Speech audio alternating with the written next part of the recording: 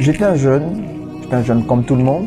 De 2010, vais-je dire, de 2012 à 2019, je priais comme tout le monde, mais je n'avais pas la conscience de qui réellement j'étais et de qui réellement je devrais devenir. Je chantais à l'église, je priais, j'étais à l'intercession en même temps, mais je n'avais pas cette conscience. Et ma vie était habituée à cette routine où tu sers Dieu en étant dans le mal, en étant dans le péché. Bien que je priais, bien que j'assistais à des séminaires, bien que j'étais à l'église zélé et tout ça, mais cela m'a pas empêché de me masturber. Cela m'a pas empêché de faire les mauvaises choses.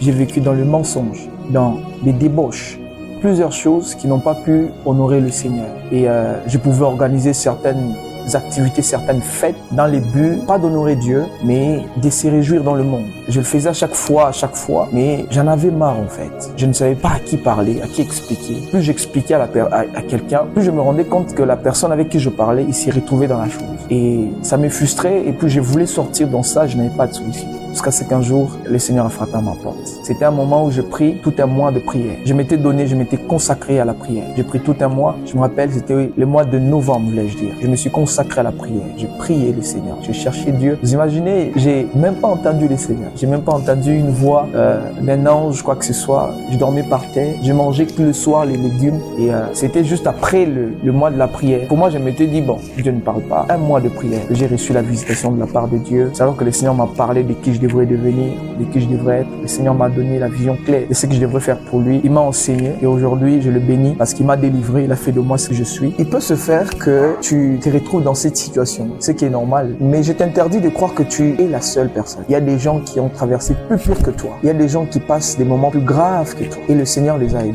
Le Seigneur les a délivrés. Le Seigneur m'a délivré. Le Seigneur m'a affranchi. S'il l'a fait pour moi, il peut aussi le faire pour toi. Tu ne dois pas rester avec ces problèmes seul. Tu ne sauras pas seul. Tu as besoin que le Seigneur, tu as besoin que le Saint-Esprit t'aide. Ces problèmes que tu as, il dit dans sa parole, venez à moi, vous tous qui êtes chargés, fatigués, je vous donnerai du repos. Dieu ne veut pas que tu abandonnes ça pour le suivre. Viens avec ça. Viens avec les mensonges, la masturbation, les pornographies. Viens avec toutes ces choses. Viens avec ça. Je crois de tout mon cœur que le Dieu qui m'a fait du bien, il a fait de moi ce que je suis aujourd'hui, il te fera aussi du bien. Bantu Boté, Bamulubumbashi, Bakokolozi, Likasi, de partout. Je viens vous donner cette invitation, cette grande invitation, cette invitation d'honneur pour cette grande croisade évangélique qui va se dérouler déjà au mois de septembre, le 13 et le 14. Déjà là, nous avons beaucoup de temps pour se préparer. Ce sera un très beau moment. Vous savez quoi? Le thème de cet événement, c'est choisissez aujourd'hui qui vous devez servir. Waouh! Ce thème doit te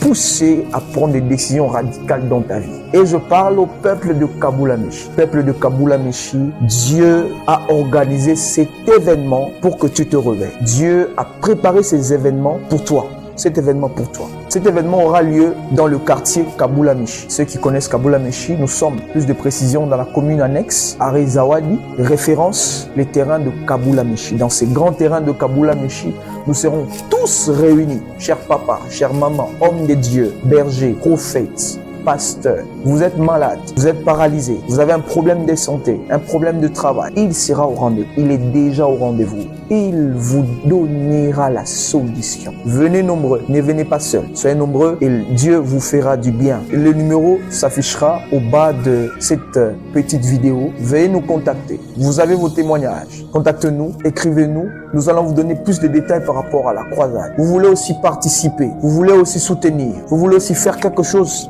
pour cette croisade, alors les portes sont grandement ouvertes. Bienvenue, Karibu Wantu Wote, Boya Ebele, Tunami Chunga. Nous vous attendons, nous croyons que Dieu vous bénira abondamment.